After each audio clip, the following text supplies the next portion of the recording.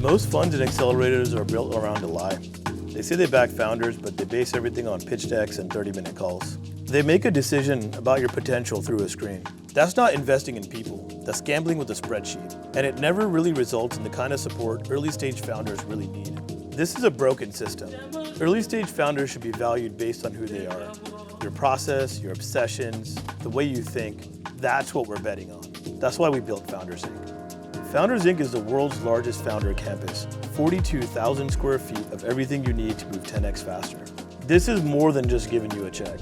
You apply, and then we invite you to our lab for 2 weeks to work with us directly and show how you work through problems.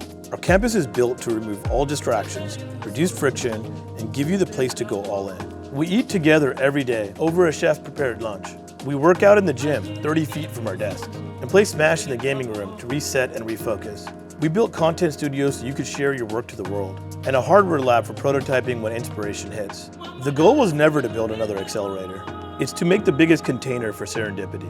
This is where world-class founders can come together under one roof, share their problems, make lifelong friends, and build the most ambitious companies. Because we don't invest in billion-dollar ideas, we invest in billion-dollar people.